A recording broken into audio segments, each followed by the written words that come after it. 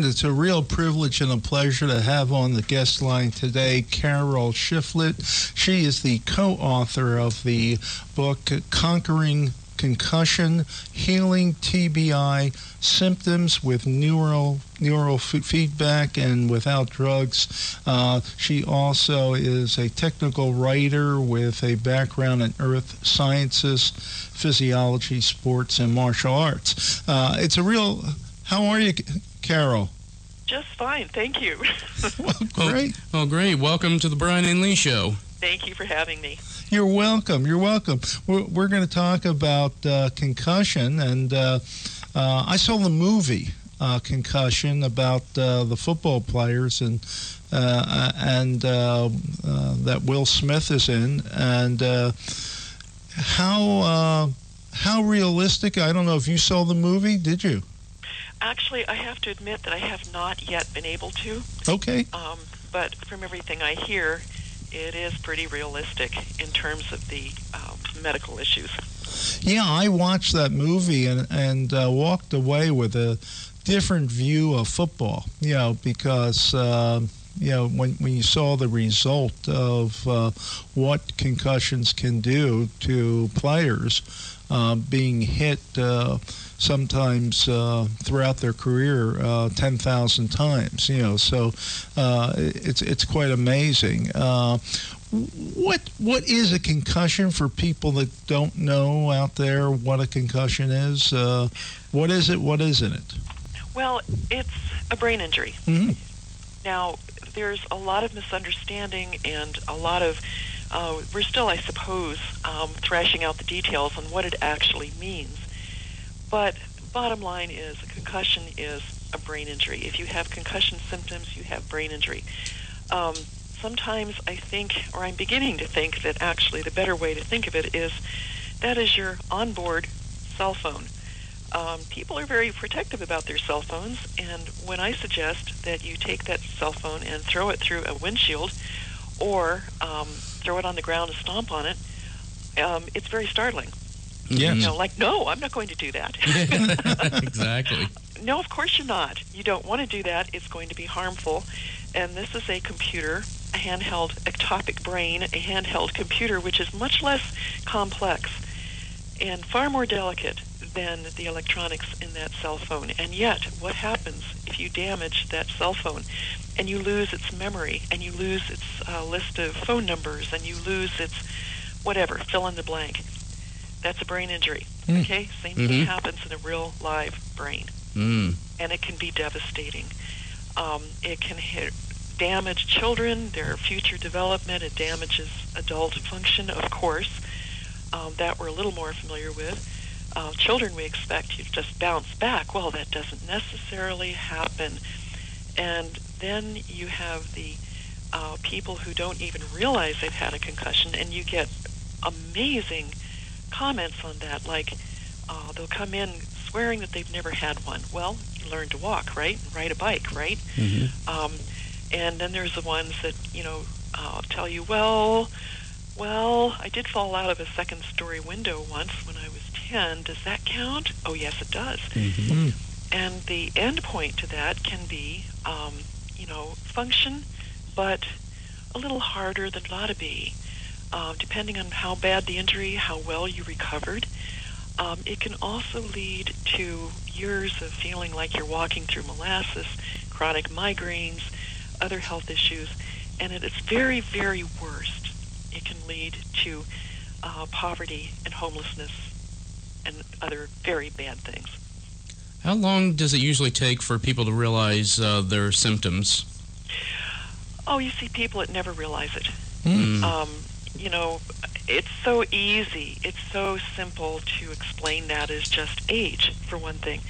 If you're over 22, well, you're just getting older. That's right. No, you shouldn't feel like this at 22. No.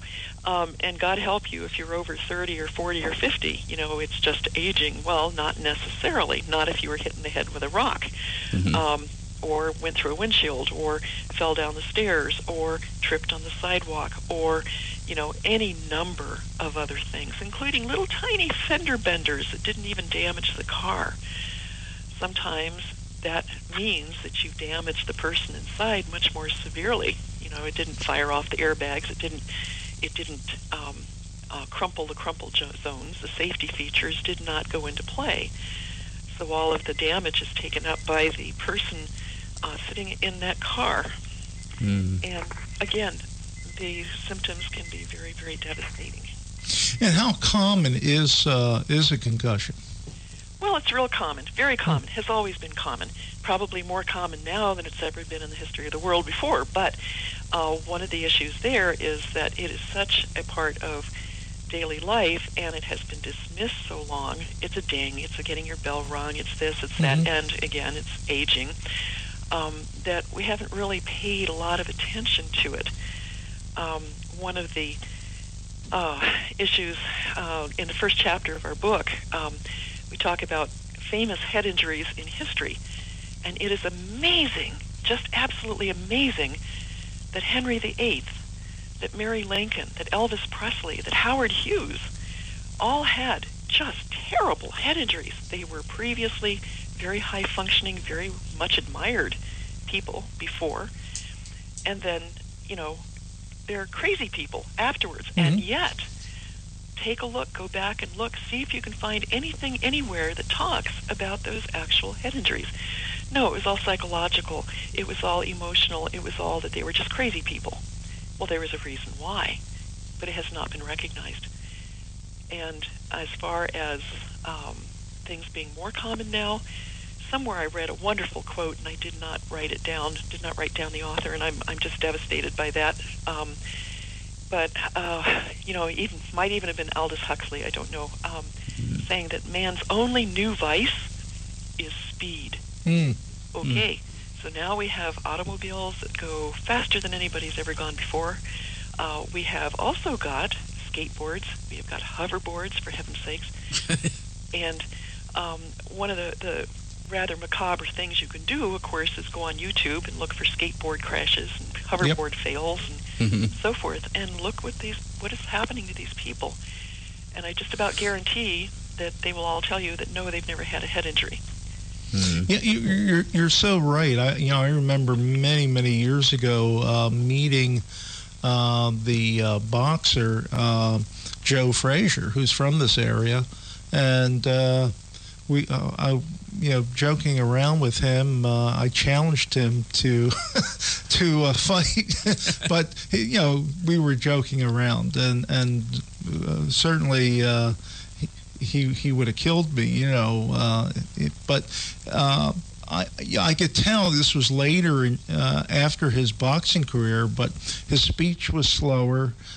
He was not the same person he was in his younger days. So no, of course not. Yeah. The whole point of boxing is to produce a brain injury. Yes. Known as a knockout. Yeah. That's right. And that can be just boxing careers are very much shorter than they used to be back in the, say, turn of the century, when bare-knuckle boxers would go on for years. Now, 100 fights, is... Sure. Exactly. Yeah, and it does have an effect, doesn't it? That many blows to the head. It really, really does. And one of the things to watch for, actually, is the person who's had blows to the head can't quite meet your eyes. Can't quite focus. Always looks like their eyes are a little off. Is one of the really common symptoms, which is what is actually tested on things like the King-Devick test, which is a very simple little reading test. You just read a row of numbers, and it's marvelously accurate about brain injury. Partly because almost half of our cranial nerves, there's 12 of them, 13 more recently, but almost half of those nerves are dedicated to sight. Moving the eyes, focusing the eyes, shifting the eyes, tracking the eyes. And you take a hit, and anything goes wrong with any of the systems, and it's going to be hard to read. It's going to be hard to make out numbers, to track, to follow, that sort of thing. And, of course, there's so much more. That's true. Do you Do you agree with what the NFL has done in recent years in terms of as soon as someone is, you think they have a brain injury or a concussion, to get them out of the game and go through testing? Oh, absolutely. Of course, it ought to be real testing, not make-believe testing, not we'll just do it because we're supposed to testing, but real, actual testing to protect these men, to protect these players. And this is what's been missing for years.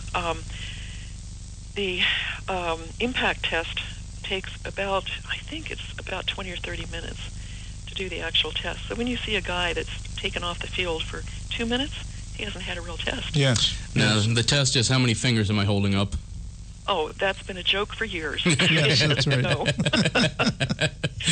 Now, interestingly, the King Devick test, which again is reading, a couple of cards, 3 cards of numbers, and seeing if you can get through it in a reasonable time with reasonable or no mistakes, was proposed, I understand. I was told by the King Devick Association that was proposed for use by the NFL. It only takes about 3 minutes. You could do that much, much more quickly. Unfortunately, the NFL decided that it was much too expensive to put into use at a cost of $1.72 per player, and so that was not used. And when you have a sideline computerized test that takes 20 or 30 minutes, and you're not going to do 20 or 30 minutes, and you're not going to do the too expensive $1.72 King Devick test, which only takes 3, then, what are you actually doing? What is the test? What is really going on? I don't know. And I don't think that necessarily people who are viewing it from the skybox somewhere, no matter how well trained they are going to pick up everything. That's why there are these tests. That's why they exist, so you can quantify that. And you would expect that someone who is has a concussion, or you think they have a concussion, to be pulled out of the game and not come back to the game. Well, if they have major symptoms, you certainly do not put them out, and that certainly includes unconsciousness. Guys who've had to be brought back to the game through smelling salts, who lost consciousness on the field, no. No, that is very bad. Going to have long-term consequences, most likely, and it is a serious brain injury. And your brain is not just, we tend to think of brains, we tend to think of heads as kind of a bowling ball, with a couple of holes in it and a view screen behind the eyes. But it's everything. It's who and what you are. It's what you have done, where you have been, where you are going, what you are going to be. And I always ask people who are surprised by this, well, here, I want you to take one finger, and put that one finger in any one spot on your body which is not controlled, managed by your brain. It is, of course, a trick question, but there is no part of your body that is not controlled, managed eventually by your brain. And, if you look at I think I sent you a list of symptoms on the symptoms page 38 of what I said from the book. That's correct. There's a long list, and it's just everything. And this has also been dismissed from time to time. Workman's comp cases, for example, that, this is a laundry list of symptoms, as if that means that they don't really exist, they aren't really real. No, it's just that you have a severe brain injury. And this could happen to, it doesn't only happen to football players and boxers. It can happen to anyone out there, It can happen to anyone, anytime, anywhere. No, of course not the football players. The only thing about that is that the football players have the limelight. They have the media. They have the fans. They have the publicity. So when someone all of a sudden becomes, a raving lunatic, and starts killing girlfriends and, drinking antifreeze, people notice. It comes to attention. You don't see this as much in the injured athletic child. You don't notice it as much in the abused wife, for example, who does not want to tell anybody her terrible, terrible secret. Mm-hmm. You don't see this in the older person who has had a few accidents lately, a few fender benders. You aren't going to hear about it when somebody just bangs their head on a cabinet standing up, because, what's the big deal? And, we have these lovely trivial terms, trivializing terms. A ding, getting your bell rung. They are trivializing. They don't say a thing about what is really going on and what the future of that person may be. And there's another wrinkle to that, which is that traditionally, for a long time now, forever, if you did not lose consciousness, then it doesn't count as a head injury. I had a physician who came in just having terrible, terrible memory problems, horrible depression, had to leave his work, couldn't be a doctor anymore. And I asked him if he'd ever had any head injuries, and that's almost a throwaway question because everybody says no, and then invariably you find out that something rather severe has happened. Because he was a very depressed person, I asked that he bring his wife or a family member.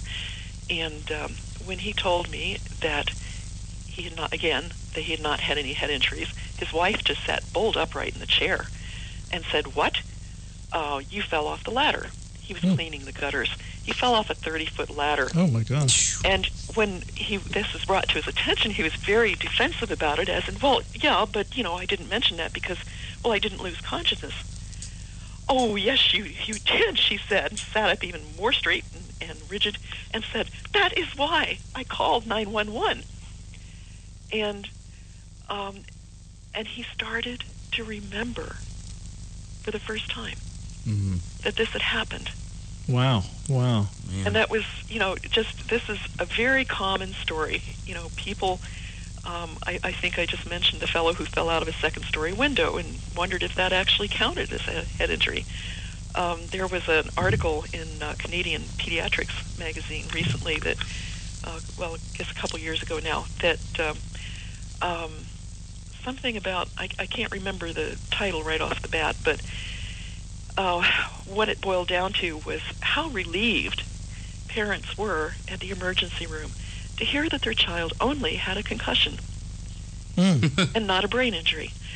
And they actually followed this up and found that kids who were given a diagnosis of concussion were released from the hospital more quickly, sent back to school immediately, and, did worse long term because they were trying to do schoolwork and normal activities and recover from a brain injury, because that's what it was.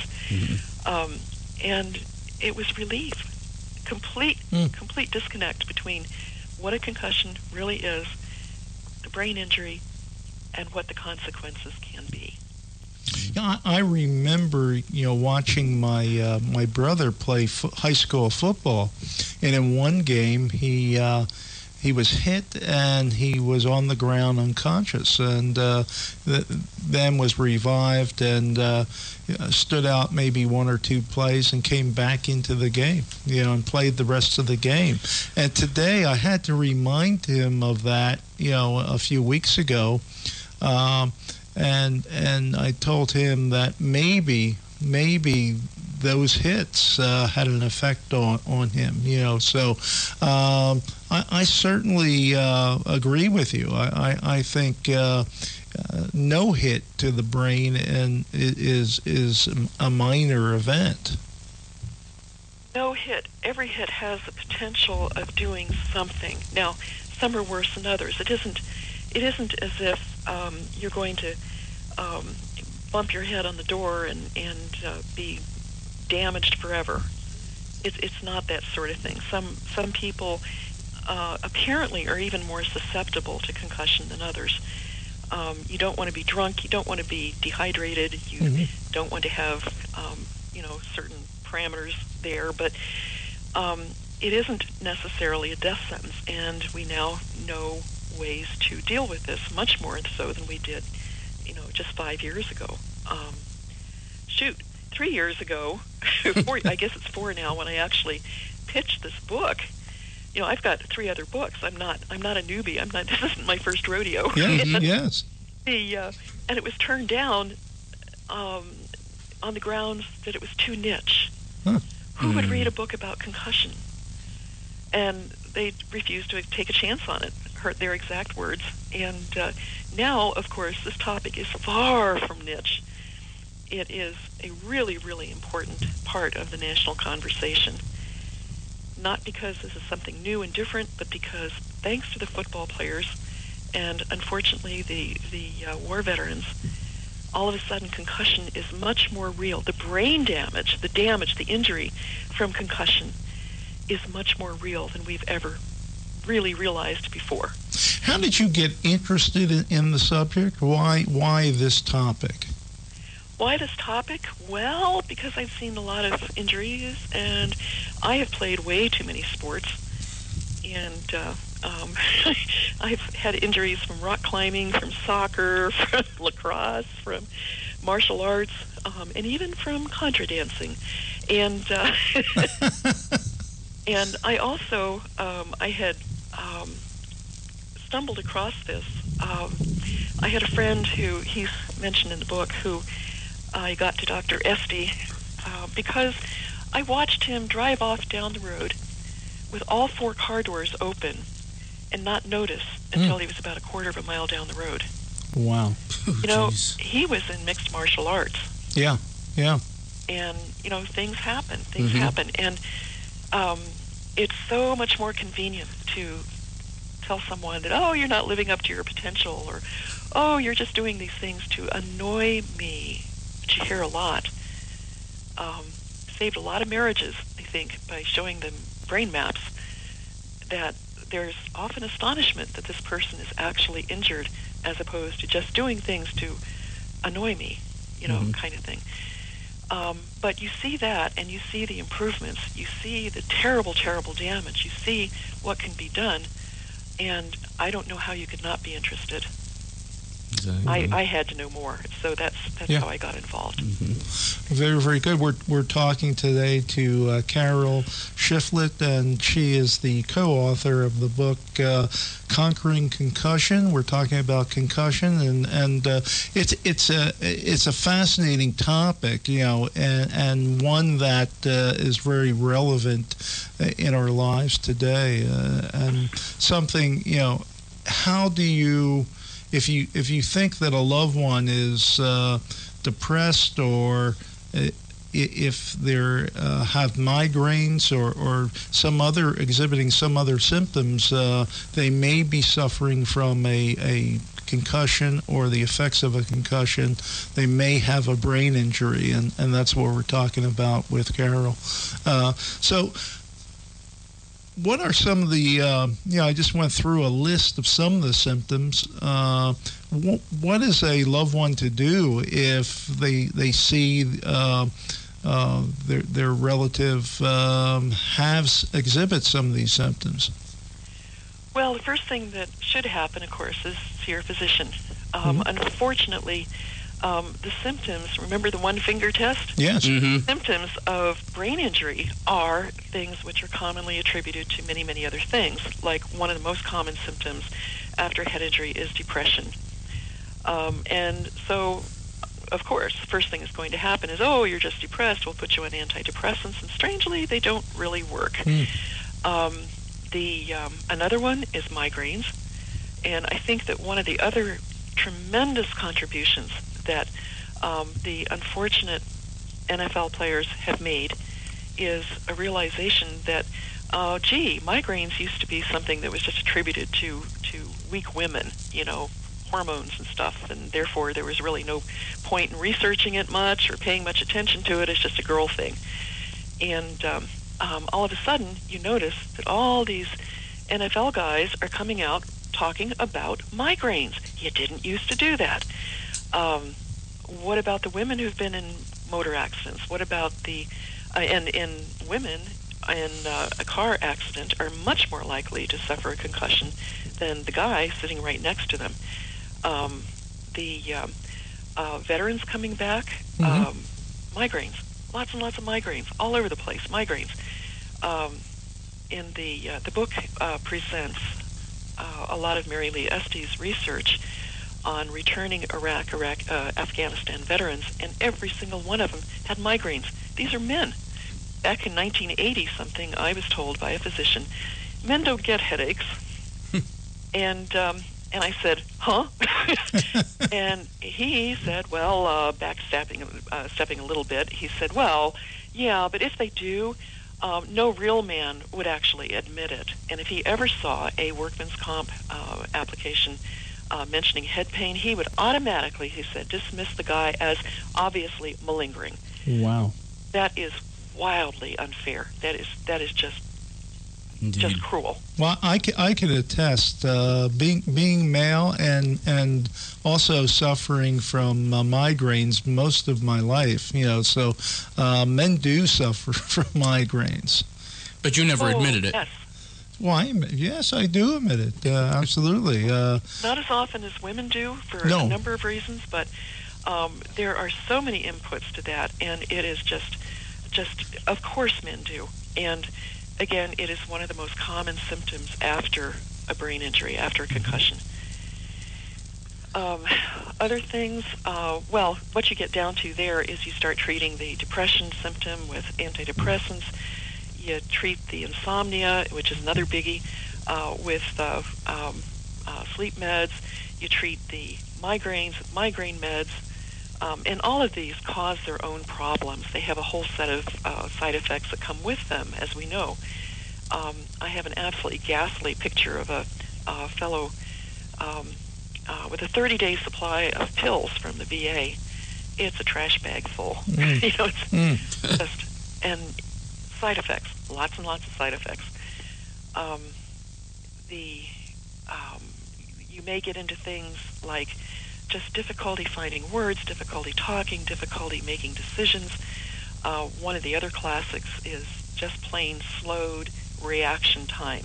You ask somebody a question, and it may take 5, 10, 15 seconds to get to, okay, yes or no, whatever. And the friend who drove off with all 4 car doors open, he was up to 15 seconds. Now, I thought it was just because he was Southern, but no, he just plain couldn't process that fast. There's a great Doonesbury cartoon on that in the book also. But that slowed reaction time can be deadly. Indeed. It isn't just a matter of answering a question. It's a matter of, do you see the red light? Mm-hmm. Do you see the pedestrian? Do you see the car coming? And the other tragically common side effect of a concussion is more concussions, more injuries. Because your reaction time's down, you're not only trying to heal, say, from the one, but you have set yourself up, you are set up for more. And I've seen people whose brains had slowed down so much, brainwave slowing, very common, had slowed down so much. One gal who was a very, very high functioning loan officer, for example, in a bank, it got so bad that the only job she could get was driving a school bus, and she was falling asleep at stop signs. Mm-hmm. She was falling asleep at 4-way stops. And, oh my God, the potential for that, this is where a concussion becomes actually contagious. The mom who is also in the book talks about, she said, it's a real shame that my children are growing up brain damaged because she forgot the baby on the table when she was changing it. She forgot to fasten the straps in the car seats and had to slam on the brakes, and kid goes flying up and hits the windshield. These terrible, terrible things, not only to the individual involved, but to the individuals that they are involved with, the other people in our lives. And it's terrible that these things happen. It's terrible that they happen more than they ever could before they had skateboards and hoverboards. Mm-hmm. But it is also a wonderful thing that this is finally coming out. Indeed. How much do you think helmets protect people? Sometimes I think because of helmets, people do crazier and crazier things. Oh, absolutely. You start using a helmet as a weapon. Oh, yeah, it's a helmet. Yeah. It's a weapon. And actually, a while back, I'm not sure what the current status of this is, but, girls were told they could not play helmets or use helmets while playing lacrosse because, they might play harder in an unladylike fashion, perhaps. But I have noticed also that you get your first pair of volleyball knee pads, and all of a sudden your play changes because you're not as terrified of destroying your knees. That's right. But helmets do not protect as well as we would like to think. There's not only the issue of the brain, moving around inside the skull. The helmet is just an outer skull, and it's primarily there originally to protect from fractures. That brain is still going to shift around, all right? But there's another issue, which is that the brain does not stop at the bottom of the skull. It just goes through it, where it becomes known as the spinal cord. And you look at terrible, terrible things that happen with whiplash injuries, even though lawyers love to argue that they don't exist. The side effects of a whiplash injury, which is not protected by a helmet, can be also life-altering and extremely damaging. So, what it comes down to is better and more sportsmanlike play. Now, I'm not one of the people who thinks that football should go away, but I do notice one very funny thing about all the discussions. First, to my mind, as far as I know, I have never seen a discussion about weight limits like are applicable in just about every other contact sport, wrestling, boxing. Those categories are very, very strictly defined. But the second thing is, in terms of playing football and whether we ought to play football and whether football should be even allowed and whether it should be banned, is I'm not seeing anything about foot and I'm not seeing anything about ball. All I'm seeing is tackle. And that is, or should be, a small part of the game as opposed to the other skills, the catching, the running, the throwing, the strategy, the, really great exercise. But it all comes down to whether or not we should be allowed to murder other people on the field, on the court. And I think that's kind of wrong. Yeah, that's what the fans want to see. That's what they cheer for. They cheer for, if you're at a hockey game, they cheer for a fight. The hit into the glass. Yeah, that's what they cheer for. If you hear it when you're watching a football game, go and pound the guy into the ground. That's the terms you hear. So true, and fans and cheering translates into money. But I think maybe that part of this is that people have not, as a group, as a people, as a civilization, we have not realized just, again, how serious concussions are, what this really means. I mean, everybody talking here was raised on cartoons at some point. We see it never hurt Roadrunner. That's right. Exactly. It never hurt anybody in a cartoon. They get up, they start over. Same in the movies, same in the superhero comics. There's never any hint that anything is actually wrong. And that is why I have a chapter in there on the Hollywood head injury, that most of what we think we know about head injury, about concussion, is actually nothing more than what we've seen in the comics and in the movies. These guys do not lose their vision. They don't go blind from a blow to the visual cortex. They don't lose their memories. They don't lose their sleek superhero figures. They just keep on chugging, and next week they're going to do it all over again. Yep. I wonder if anybody's done a thesis on the Three Stooges. Oh, dear God. Well, I think to get back to your original comment, that it matters that the fans know and understand that normal, ordinary families, parents, mothers, fathers, children, sports people understand what goes on here, what this really means. And it's important that the people who are out there beating each other up on the ice or the football field realize what they're doing. One of the best articles that came out back when was the series on Derek Bugard, the hockey player, put out by the New York Times, which I think has also had a tremendous impact. So many articles they did on brain injury in football players and hockey and other sports. But, there was one line in there that I just found appalling. Derek Bugard was an enforcer. His father sent him for boxing lessons so he could be a better hockey player. Okay. And then you add that to wanting to be better at your game, the way it is played, but also, backup database information that's stored in your brain forever from seeing the Three Stooges, who never got hurt, except for Curly, of course, who had a stroke on set one day, and we never saw him again. But also just the constant cartoons, superheroes, Hollywood things. I've seen some outtakes, behind-the-scenes clips from. I'm not even going to mention his name, but he's an A actor, and you probably know who I'm talking about. But superhero guy, very proud of doing his own stunts and acting very oddly on some talk shows. But you see those outtakes with the harness, with the jump, with the fall, with the sudden jerk, blam, and no brain can survive that without some kind of damage. And that could account for some rather odd behavior. Yep, absolutely. Yeah, I agree with you 100%. And you mentioned the fact that there's no weight class in, for instance, football. I've watched young kids, and you could have a kid that is 6 foot tall and weighs 210 pounds going against someone who is 100 pounds. Exactly. Yeah.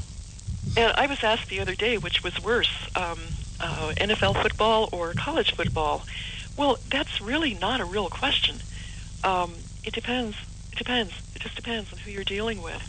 And here's the formula.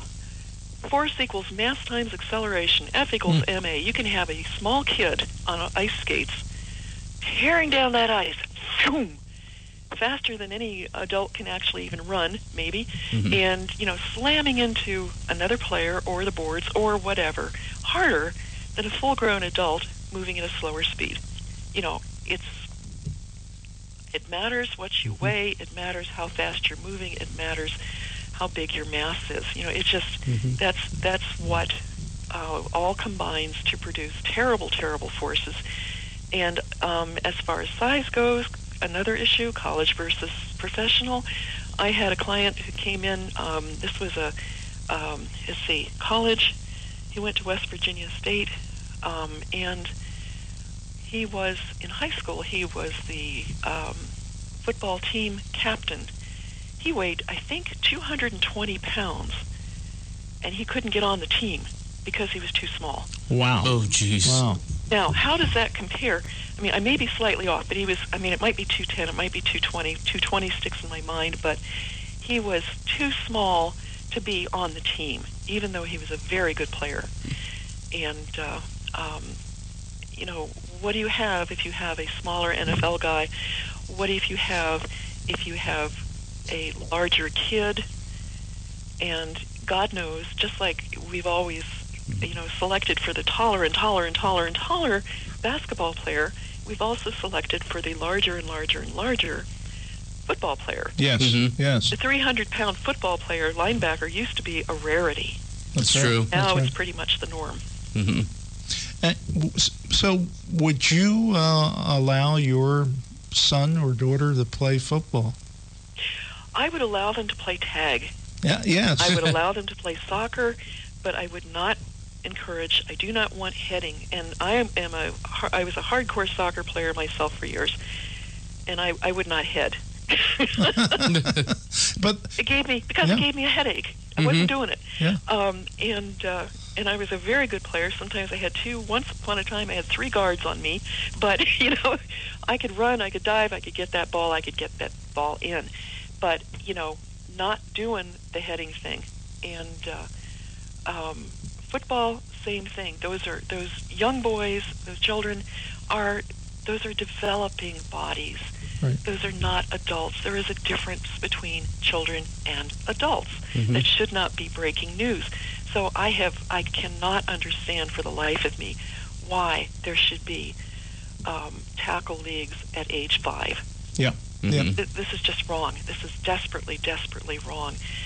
And by the way, it may explain some of the huge surge we have had in ADD.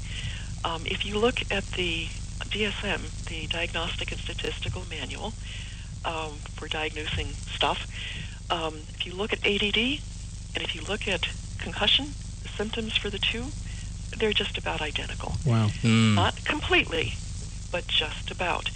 And at Johns Hopkins Pediatric Neurology Department now, when a child comes in for evaluation for ADD, ADHD, the first thing they do now is they start asking about head injuries. You know, how many times did he fall down the stairs? What happened with the bicycle? You know, just looking for the head injury, and that has got to be treated, and it has to be acknowledged. And there is more to this than putting a child on ADD drugs. There's a lot of this book, of course, is about neurofeedback, hence the Without Drugs subtitle. When you put an ADD child on ADD drugs, they'll get better. Their focus often will improve, and if you don't mind the side effects, like needing to go in for regular liver scans, or that it will stunt their growth, everything's great. Things will get better. But if you take a child and treat them with neurofeedback, they will also get better. If you take the drug child off of the drugs, and you take the neurofeedback child off of the neurofeedback, something very interesting happens. The drug child is going to go right back down to where he was. And the neurofeedback child will stay where he is, and he will actually continue to get better and better and better. And that's been shown over and over again, even though it is commonly said that there is no research. It's not true. The American Pediatric Association named neurofeedback as a first-order treatment equivalent to drugs back in 2010. Now, how does neurofeedback work? Nobody really knows. I suspect that it's kind of talking very quietly to the... there's two kinds of neurofeedback. One is just brain training, and that's the traditional mode where you sit and play video games. Keep the red rocket ship out in front of the blue one, that sort of thing. It's training your brain, and it works. A quicker, faster method now is passive neurofeedback. It's just the computer talking to you, and I think what's happening is it's just kind of talking to the cell membranes, very tiny, tiny little stim, and people get wonderfully better very quickly. We don't really know how it works, but we've been swearing that it works for years and years and years. And people who do this work have just been so passionate about it that they keep doing it, they keep working with it. It doesn't matter that it's expensive for them to do this, to treat people, to turn in studies that they cannot get funding for, this kind of thing. They've kept doing it. And now the big MRI machines and researchers at Harvard and so forth using these massive multi-million-dollar pieces of equipment, we're just using laptops, are actually verifying, validating what has been done. Yes, this makes a difference. You may have seen stuff in the paper recently about little electromagnetic fields for curing depression. Yes, that kind of yes. thing. I think it's the same idea. Well, it's amazing because the brain is one of those areas that we're learning about every day. It's a frontier that we still don't know everything about, or we only know a small percentage about the brain. And I think you were so right. Yeah. Yeah. So we're discovering all these new things about the brain, and the whole area of neuroscience is amazing. to me. It really is. And I'll say again, I just didn't understand. I will never understand how you could look at this, see what we've seen, and not want to know more. Absolutely. Absolutely. Well, I'm glad you came by today to talk to us about your book and about concussion, and you've enlightened me and the audience. And where can our audience, our listeners, buy a copy of your book? Oh, it's on Amazon, of course. Okay. You can also see some more information. Mary Lee's website is brainwellnessandbiofeedback.com. And there are a lot of patient stories there, a lot of published articles, this sort of thing. Brainwellnessandbiofeedback.com. Okay. But the easiest, of course, is just go to Amazon and pick it up there. Well, we'll definitely have to have you back sometime, and we'll try and get Mary Lee on also at a future date. Oh, that'd be wonderful. I know she'd enjoy it. You've been lovely to talk to. Oh, thank you so much. So have you.